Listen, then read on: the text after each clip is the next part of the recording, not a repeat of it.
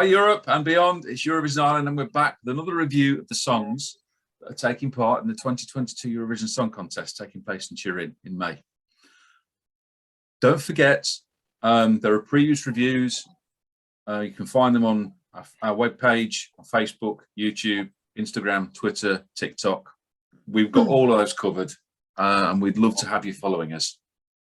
All right, so I'll introduce the panel first. So we've got Sarah. Hi everyone.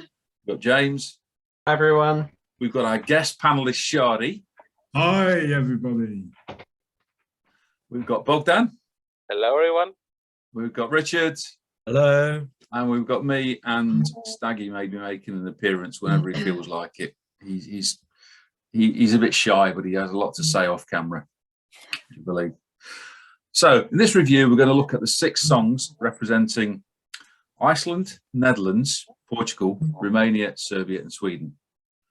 Alphabetical order, no preference one over the other yet. As you know the score by now, we're going to review each of the songs, a little bit about them. At the end, we're going to score them, but we'll come on to how the scoring works after we review the songs. So I'm going to kick off with a song from the Netherlands. Now that's called Diepte, and it's by Steen, and it's been co-written by her and Arno Krabman, I believe his name is. I apologise. Now they're taking part in the first semi-final. And Sarah's going to start with this one. Thank you, John, because I had no idea how to pronounce the singer's name, so thank you for that. Right.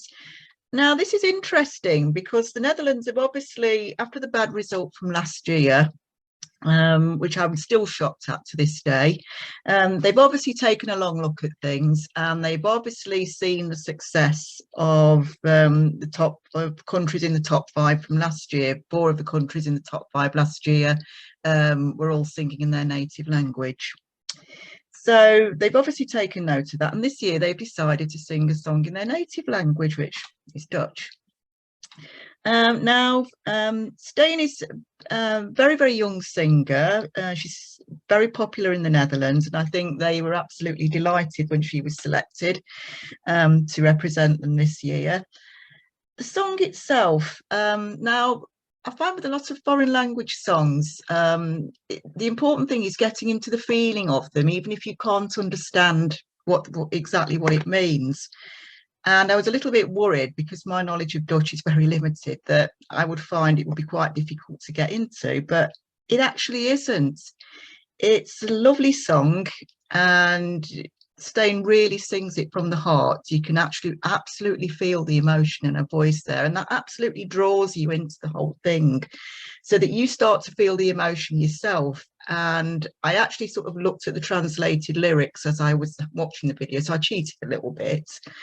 But it is a gorgeous song, and it's very, very simple performance. If you look at the live performance that's available that she's done, very simply staged, and I hope they keep to that in Turin. It's kind of, for me, it's kind of a bit of a mixture of sort of country, pop, your radio friendly song. I think it's got the potential to do very well. I think it's going to be one of the dark horses this year. I think it's got the potential to do well with combination of both jury and televotes alike. There'll be an interesting one to watch this year. Thanks, Sarah. Okay, we're going to go around the room one at a time. James, what do you have to say about the Netherlands? I love the fact that this is in Dutch. It's been far too long since Shalali Shalala, which I actually really like. I know several of my Dutch friends were slightly horrified that I thought that was music, but hey. Yeah, just to echo everything Sarah said, it's very heartfelt. Steen performs it well. It's in a native language. Conviction is sort of, it ticks all the boxes from me. I think the Netherlands don't need to worry about getting 0 from the televote this year. I think they'll more than likely be found in the top 10 on Saturday night. James, Shadi, what have you got to say about the Dutch song? I agree. It's a decent song, quite modern, quite folky type, good atmosphere. I think it will qualify. Thanks, Shadi. Bogdan, over to you. I absolutely love it, and I think if she can catch the audience with her emotion everyone will vote for this song, and it should have no problem qualifying and do really well in the contest. I'm just hoping that it will be just keep it simple and keep us engaged in your performance, and all will be more than fine, more than fine. Thanks, Bogdan. Over to you, Richard. Stain has good vocals. It's deep and meaningful. Yes, it should get to the final. How well in the final will do, I don't know, but yeah, it's certainly a finalist.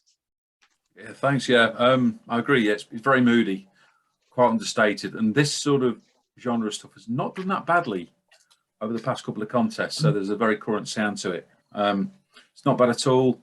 Be interested to see the staging, because it's the only one of the 6 we're reviewing this time that hasn't been in the national final. So that's put it at a slight disadvantage over the other 5 songs that we're going to review. But the Dutch will know what they're doing with this, so I've got a lot of faith in what they're going to be doing. So that's the Netherlands. Moving on, we're heading south to Serbia. A not dissimilar flag there, similar colours anyway. Now this song is called In Corpore Sano, which is Latin. If you've not noticed, it's not Serbian, it's Latin. And it's being sung by Konstrakta, who's written it with Ara Duric and Milovan Bošiković, I believe. Again, I apologise if I've got these pronunciations wrong. Now Serbia are performing in semi-final 2, and to kick this one off is James. Oh, I'm so excited to be talking about this song, because there is just so much in here that we can talk about. Watching it in the Serbian national selection, it was just a bit of a surreal moment. It's one of those things where you sort of stop typing, you're looking at the screen going, okay, there's a lot going in there. It's a very unusual performance. It immediately draws your eyes. You know, you have her washing her hands, you know, quite religiously. The people standing around her. It's just, there's a lot going on, and as performance art, I thought it was spectacular. I also sort of didn't discount it immediately, but I just sort of thought, yeah, okay, well, that was interesting. Let's see what happens. When the votes started coming in and it was like 12, 12, 12, I was like, oh, I really didn't see this one coming. That was sort of in the immediate sort of aftermath of it. I was like, oh, that's an odd choice. But the more I settle on this, I think it's genius on so many levels. I mean, I've been having conversations with people about a lot of the symbolism in the lyrics, in the performance. I think this is possibly one of the most complex songs that's ever gone to Eurovision in terms of its message and the various meanings and ideas that people are finding in there. It's a real earworm. You know, Biti strava, Biti strava. It just gets into your head and it stays there. I've been singing it all day because I knew I was going to be talking about it tonight. I think, I know there's sort of a section of the Eurovision fandom that sort of reacted to this quite badly, you know, oh, this isn't what we wanted. The thing is, I see this finishing in the top 10 on Saturday night incredibly easy, because it's impossible to remain indifferent to this song. I think the juries are going to respond to it. I think the televote, it's probably going to come in the top 3 in the semi-final, just because everyone's going to be remembering the Serbian woman washing her hands frantically and chanting. That's the thing. I'm not sure it's going to bring Serbia a second Eurovision win, but I think this is the kind of song that even years from now we're going to be talking about. And so, I mean, what more can we want? Thanks, James. Shadi, what's your take on the Serbian song? Well, I think a song that mentions Meghan Markle must do well in the final, mustn't it? I think Eurovision loves a bit of bonkers, and this is bonkers, and she's got the cleanest hands in Europe. So I think it would be a disappointment if it's not in the final, because it's just so Eurovision. Thanks, Shadi. Bogdan, Serbia, discuss. Well, this is definitely my guilty pleasure of this year. I can't stop singing along, and I know it's something might find as a joke, but the subject is quite real, and it's there, and it's quite sad. But yeah, you can't stay indifferent to this song, and people will remember it. They might not understand what it's about, but they will remember, and they will clap along. So yeah, they should qualify. Thanks, Bogdan. What do you think of Serbia, Richard? Who sings that Meghan Markle on her hair? I just found it all very weird. But the chanting, the way she sat there, I just felt like I was being spoken down to by a strict headmistress. I just felt like I was being told off. But because it's that bonkers, it's going to do well, whatever happens. But yeah, like James said, it's not going to win, but it will do well. But I just felt like I was being spoken down to rather than sung to. Yeah, I've probably got to agree. I mean, the first thing I've got is blind. There's lots of different things going off here, and sometimes the lots of different things can cancel each other out. So you look too busy, but this all seems to work. You've got the people standing around here. You've got washing your hands. You've got a boy, bring me a towel, that sort of thing as well. And it's an interesting way to learn Serbian words for certain parts of the anatomy, which I didn't know before. Yeah. If you're not sure, watch it with subtitles on and all will become clear. Bonkers, finalist easily. It might, dare I say, hoover up the slightly inebriated vote on the Saturday night if it gets through. Sarah, you're last to discuss Serbia. Well, I have recollections of we used to do hand washing trainings when I did my nurse training sessions years and years ago now. And I only wish we could have had Konstrakta to do those sessions then, because my goodness, wouldn't she have made it interesting?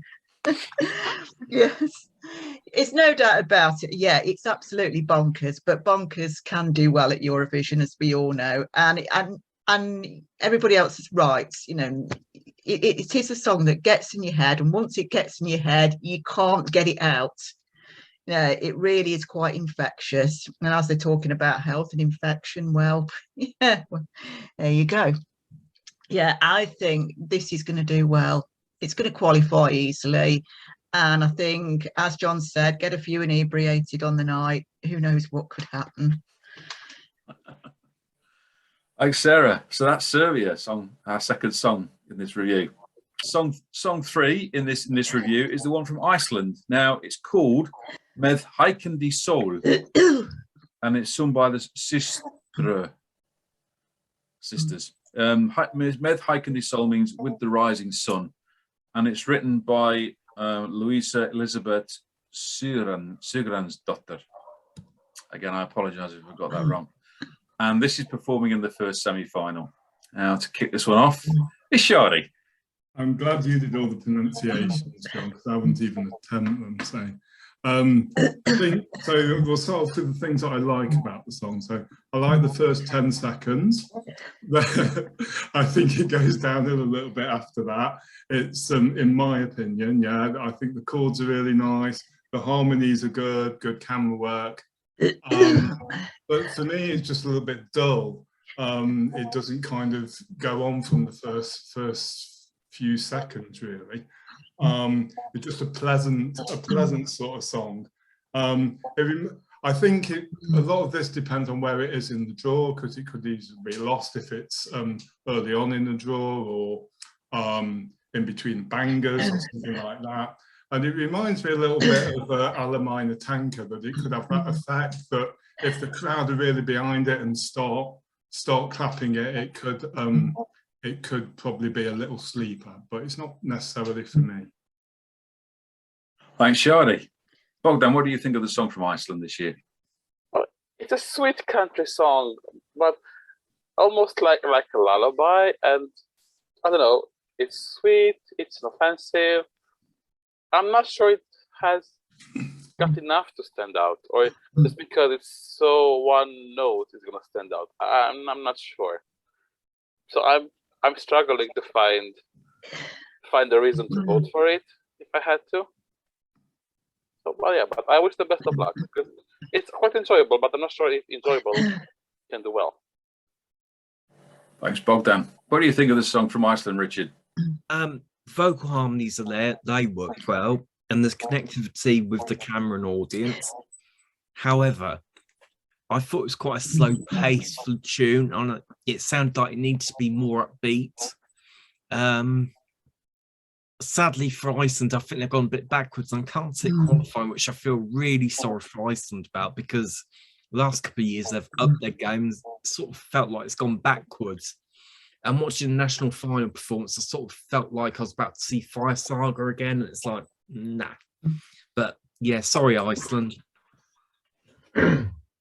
Yeah, thanks. Yeah, I mean, I've got down as there's that definite country vibe, and it's not the only song with the country vibe this year. I don't know where this country vibe has sort of come from. Nothing wrong with it as such. It's nice. It's in Icelandic. It's got a very simple arrangement, but it's just it's verging on the formulaic side. There's a little bridge there, but it doesn't really grab you. And while it's by no means the worst song, if your average tally voter is going to vote for, say, only 4 or 5 songs, this is going to end up as their maybe 6th or 7th favourite song. So it might just miss out on the cut completely. Accidental last, even though it's, there are better songs, there are worse songs, but it just doesn't really grab you. Doesn't really grab me anyway.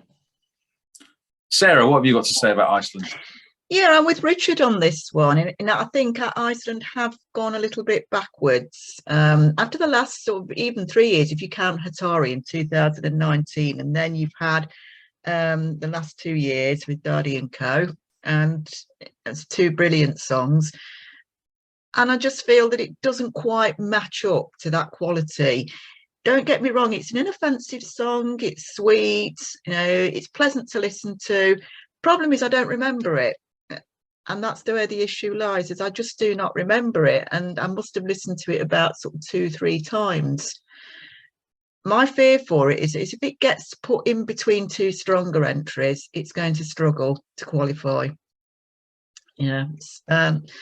Other than that, like, there isn't much wrong with it, but I just think it's going to struggle. Thanks, Sarah. And finally, James. I can only echo what everyone else has said. I like it. We keep using words like sweet, inoffensive. I love the fact it's in Icelandic, and I think Icelandic suits the sort of country vibe because it's such a melodic and sort of rolling language that it sort of sounds almost like breathing, and it just sort of, it's really hypnotic to listen to. But I think it was Bogdan who used the word lullaby, and that's possibly going to work against it in a televote situation. I think juries will respond to it really well because they harmonise beautifully and it does sound amazing. But I think when you consider it's up against things like Moldova, Latvia, Norway, I think the televote is going to gravitate more towards those songs. And yeah, I feel like Iceland might struggle, which is a shame because it's nice. But as we know, nice rarely does well. Thanks, James. So that's our review of Iceland. Next on this show, we've got Romania, and that song is called Llámame, which, as you'll know, is not a Romanian word, it's a Spanish word. And it's performed by Urs. I believe that's how it's pronounced. Not W-R-S, it's Urs. Urs is Andrei Ursu, who's co-written the song with 3 of his pals. Now, this song is going to be in the second semi-final, the Eurovision Song Contest. And there's only one person that cleared on the review in this one, and that's Bogdan. Over to you. Thank you, John. I'm so happy you pronounced the name correctly because I keep seeing a review on the internet that said W-R-S, Urs, which actually, it comes from his name, but in Romania means also bear. And the song is called Llámame, which means call me in Spanish. I absolutely love that Romania this year decided to send a banger, a dance song, something that we can enjoy. It's fun to watch, fun to sing along. It's catchy. I love it. And okay, I might be biased because I'm Romanian, but I'm extremely happy and proud of the entry that Romania has chosen. And I can only hope that Romania will finally go back to the finals because we need happy songs out of all this pool of sad songs, melancholic songs, depressive songs. We need something to dance to and to sing along. And come on, who doesn't want to sing Hola mi bebé, hola mi bebé, llámame, llámame. So yeah, I hope it's going to do well and hope Romania will be back in the final. Thanks, Bogdan. Okay, we're going to go around the team again. Richard, what do you think of Romania this year? You know what? I think Romania deserves to be back in the final this year. It's vocally okay, and there's great connectivity with the cameras and audience. It's an upbeat number, which we need an upbeat number in these current times. And I also think it's performance ready for Turin. Yeah, I have to agree. It's to coin a phrase, it's an oven-ready performance you've got going off there. It's slick, it's catchy. If you look, it's actually very progressive as well, which, you know, will be a bonus, certainly in some parts of Europe, hopefully throughout the whole of Europe that's watching. This sort of song has been doing well in the past couple of years, usually sung by women, but it's good to see that the blokes can actually carry off this sort of banger as well. And it's going to be a disco bop, isn't it? Any Eurovision party, you're going to have this one playing. So it's a thumbs up from me and Staggy. Sarah, over to you. I agree with everyone. I think we've got a real good banger here, and I'm so pleased that Romania have chosen this, because I really do think they deserve to be back in the final. They've had some pretty rotten luck the last couple of years, and I think this song is going to take them there. It's a good all-round show, and I don't think it's going to need much tweaking for Turin either. Sarah. James, just tell us about what you think of Romania. Well, I've been a bit brainwashed by this song, admittedly. I feel like I'm hearing it constantly, and it just gets into your head, and you like it. It's good. As we've said, it's one of the few upbeat songs that we have this year, and yeah, Eurovision is a celebration. It's a party. You know, we want to dance, and you know, I know for a fact, and I can see a few people in this Zoom call that I know will be throwing all their Spanish lines around to this at some point, possibly on Saturday night, sort of about song 16 when they're going there. But yeah, it's fun. It's, so we said, it's progressive. I think Romania are going to do well with this, and I think after a rocky few years, it's a nice way to get them back to the final to show Europe actually we really can do Eurovision. James, and finally, Shadi, what do you think of the Romanian song? This brings the party vibe to Eurovision. We all need something to be happy about and to be cheerful about and to dance around, and this brings it, and this will definitely qualify. Yeah. Thanks, Shadi. So that's our review of Romania. Okay, the fifth song in this review is the one from Sweden. Now it's called "Hold Me Closer," and it's been performed by Cornelia Jakobs, who's co-written it with David Zandane and Isa Marlin. Am I writing there? I don't know what's going on. It's going to be performing in the second semi-final in the second half. Rich is going to kick off this one. Yeah. Now, I was very lucky enough to see this at Melody Festival in Stockholm. It is performance ready for Turin. We can't fault that. Her vocals show emotion and the storytelling of the song.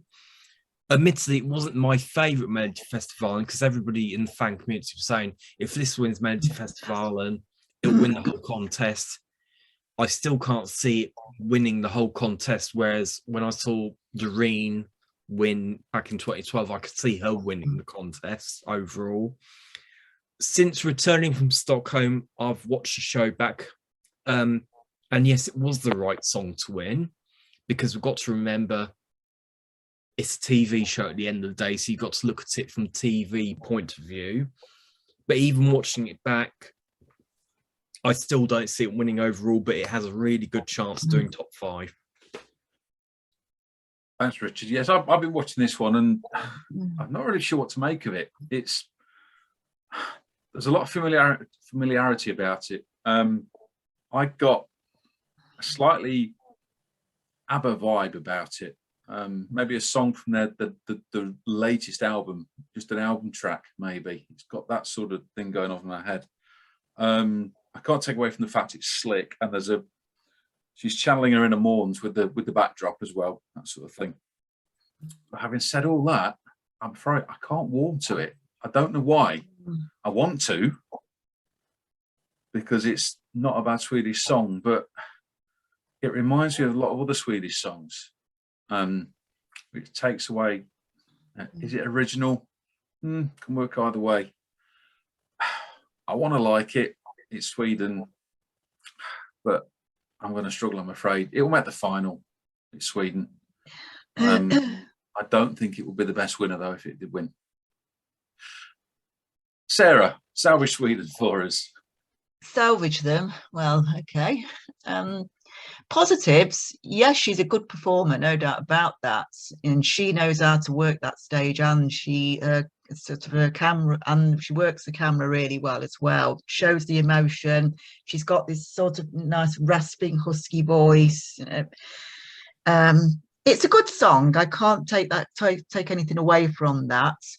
The only thing that it just reminds this, the whole scenario, sort of with all the hype that she's getting, it just takes me back a little bit to 2014 with Sana Nielsen, where everybody would say, "Oh yes, this is the winner.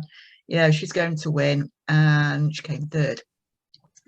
And I do think Cornelia is going to do well. There's no doubt about it. She's going to qualify, but I think probably end up with a Sana Nielsen type result. I don't dislike it, but it's not one of my favourites either, and it's certainly not one of my favourite Swedish entries, I have to say. Sarah, what's James got to say about Sweden then? I like the song. I feel like her vocal quality suits the feel of the song. I found myself waking up singing it more than once this week, which is interesting. I kind of side with John, though. There's something about the performance that doesn't quite work for me. I think the staging is brilliant. I think it's quite simple, just having that disc behind her. It's something she can interact with, but it doesn't overshadow the song. She does perform with emotion, but I feel like in the performance I saw, it sort of came in a bit too late. And I wonder if it's that disconnect of my heart's broken, but I'm just sort of going to go and stand over here, sing. I wonder if that's where the sort of feelings coming in for me. It's going to qualify, no question. Excuse me. I see it doing very well.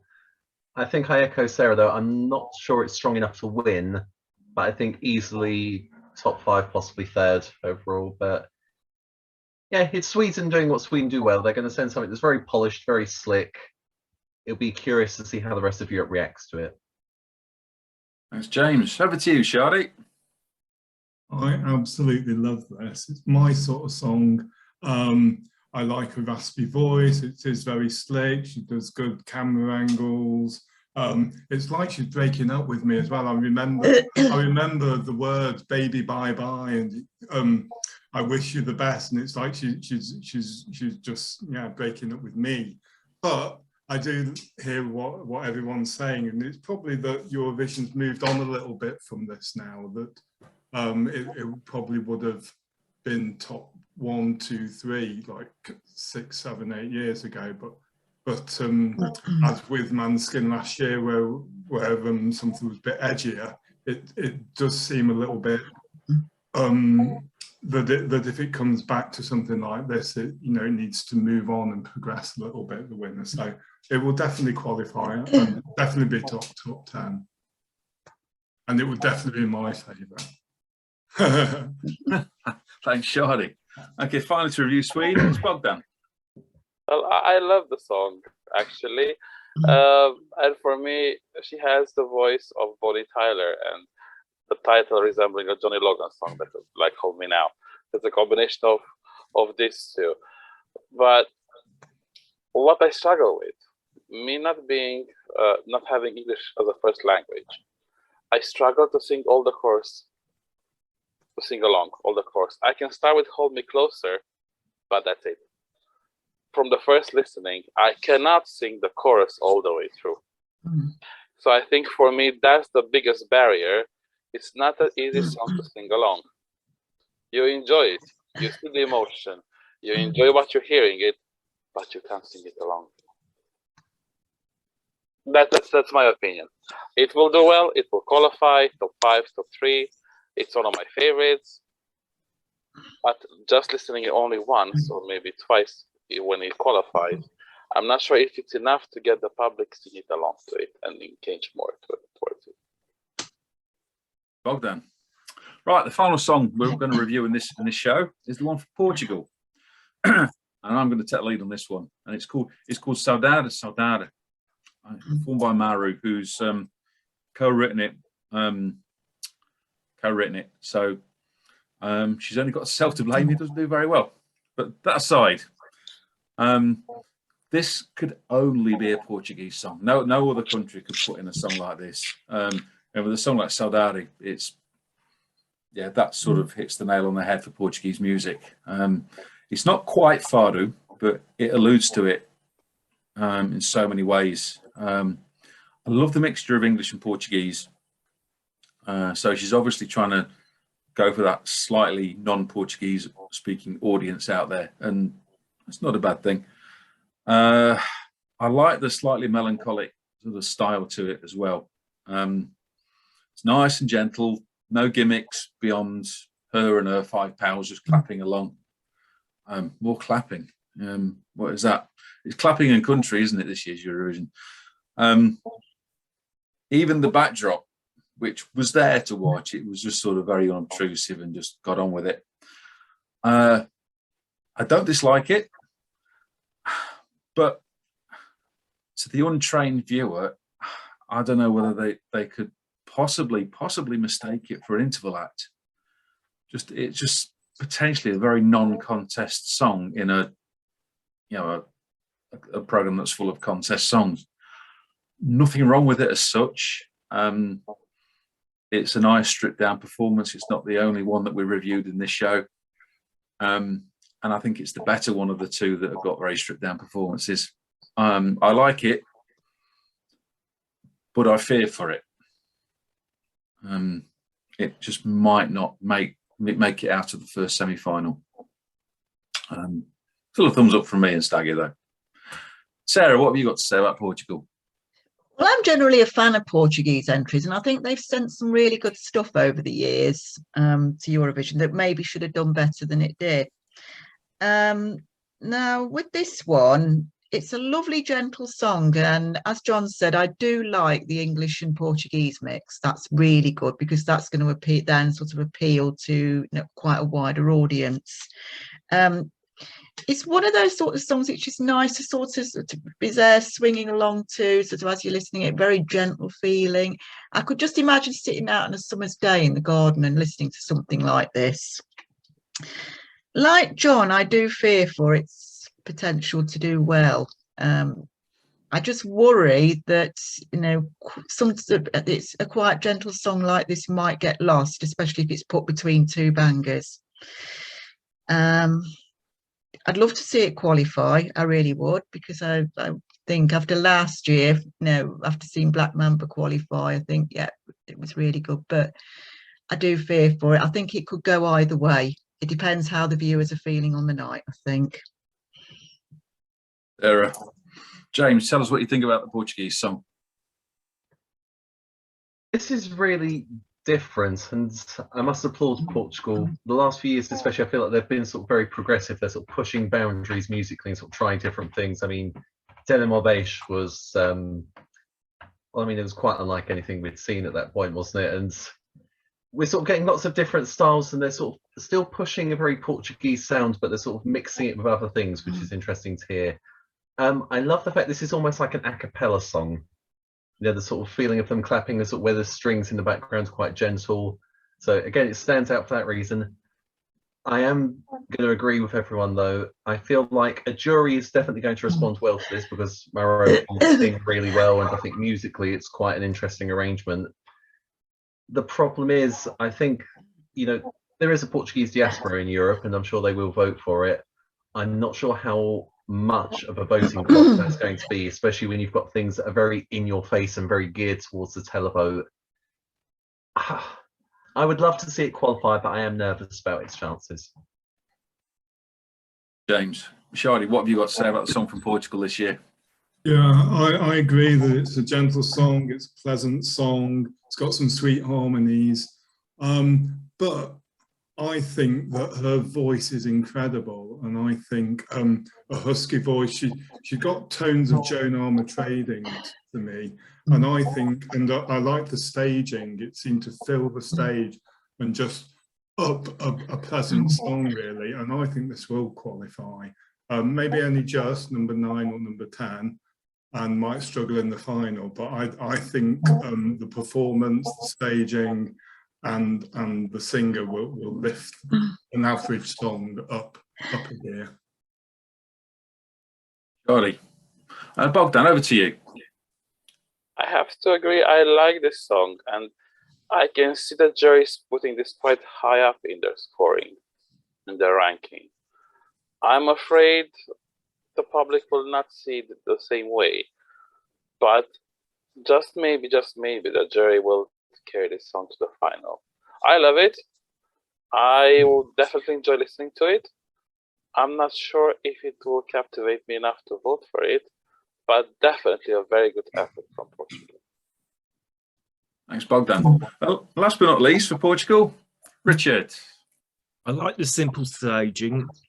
No qualms about that. But I found when she was singing on her own, for me, it was quite monotone. But when she was singing with the others, there was nice harmonies. I found the song a bit repetitive in places. And in terms of qualification, I think it's very borderline. If she does qualify, she'll rank about 10th in the semi-final. Richard. So that's the 6 songs that we're going to review in this show. Okay, so having reviewed these 6 songs, we're now going to vote on them. Now, if you've been watching the previous reviews, and if you haven't, why not? They're out there somewhere to watch. We're each going to give these songs a score out of 10. We're going to discount the lowest score, so it gives a score of out of 50.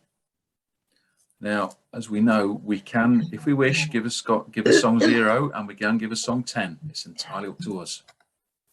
But it'd be interesting to see. So we're going to start with the Netherlands, and we're going to start with Sarah. I give the Netherlands 9 points. 9. James. It's an 8 from me. And Shadi. It's a 7 for me. 7. And Bogdan. Love it. 9. 9. 9. Yep. Sorry, yeah. And Richard. Sorry, it's the 4 for me. 4. I think I know which score we're going to be discounting. I'm going to give it an 8. So that gives us a score of 41. You can see the scores above us and below us in the black bar above and below us. You'll see how we do the scoring. Okay, next is Serbia. Wait for the flag to appear. James, your score for Serbia, please. What shall I give Serbia? I think it's a 9. I think this is going to go down in Eurovision history. 9 for Serbia. Shadi, your score for Serbia. I agree, 9 for me as well. 9. Bogdan? 8. 8. And 8 there. Okay. Richard? 7. 7. Okay. I'm going to give it an 8. And Sarah? It's a 7 from me. 7. So our lowest score called us 7s. So that gives it a score of 41 as well. You know. Right, song 3 is the one from Iceland. Shadi's kicking off with this one. I give Iceland 6. 6 from Shadi. Bogdan? Sorry, it's a 5. 5. Richard? I gave it a 7. 7. I'm going to give it a 6. Sarah? It's a 4 from me. 4. And James? It's a 5 from me. So our score for Iceland is 29 out of a possible 50. Next, we go to Romania. Bogdan, you're kicking off the scoring for Romania. 9. A 9. Richard? Can't vote for your own country. It's an 8 from me. 8. I'm going to give it a 9.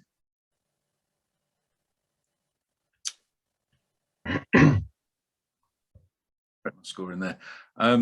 Sarah. I'll give it an 8. 8.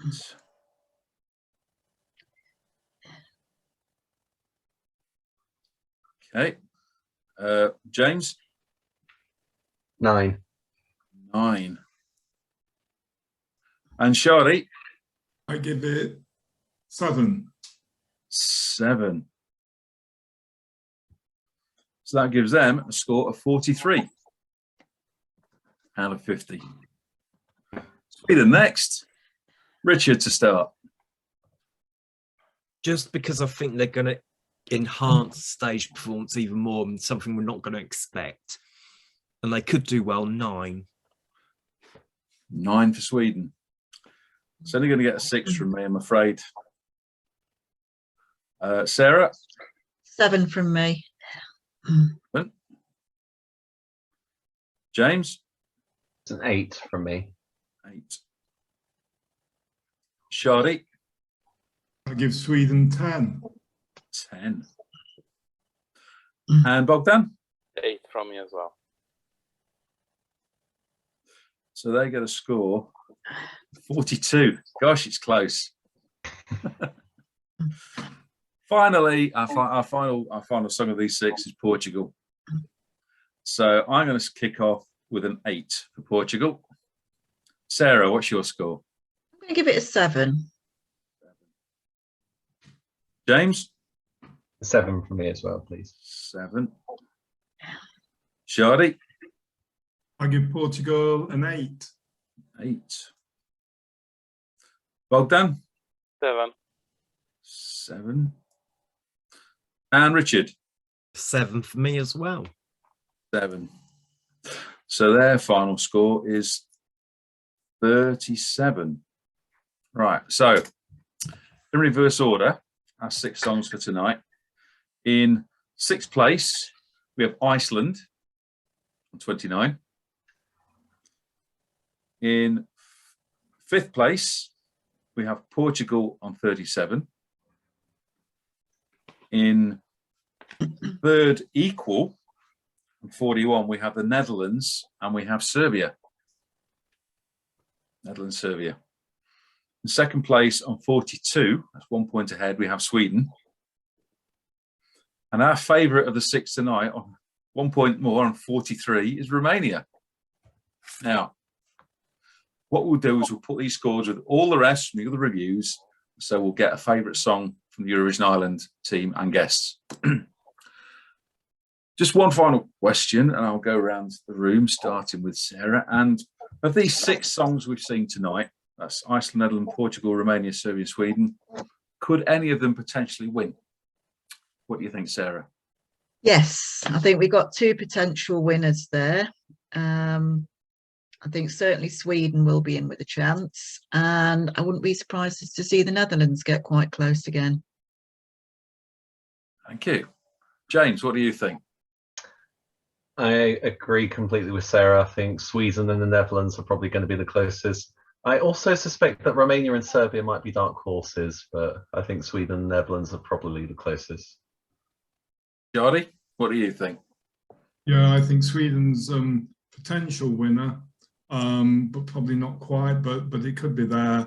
And I think Serbia could be up there with them in the running as well. Okay. Bogdan, what do you think? I think Sweden and the Netherlands as well. Richard? I think Sweden is a potential winner, but there again, you've got to consider the juries in that respect. But also, I think Romania is on course for their best ever result. Oh. Thank you. Yeah, yeah. Sweden always a dark horse. Well, not so much a dark horse sometimes. Always one that's going to do well. Netherlands, yeah.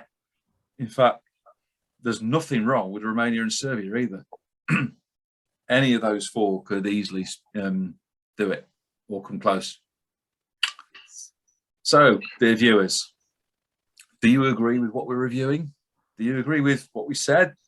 Have we missed something completely? Are we in tune with what you think? Tell us in the comments. If you're watching us on YouTube, you can tell us below. If you're watching from the website, feel free to comment.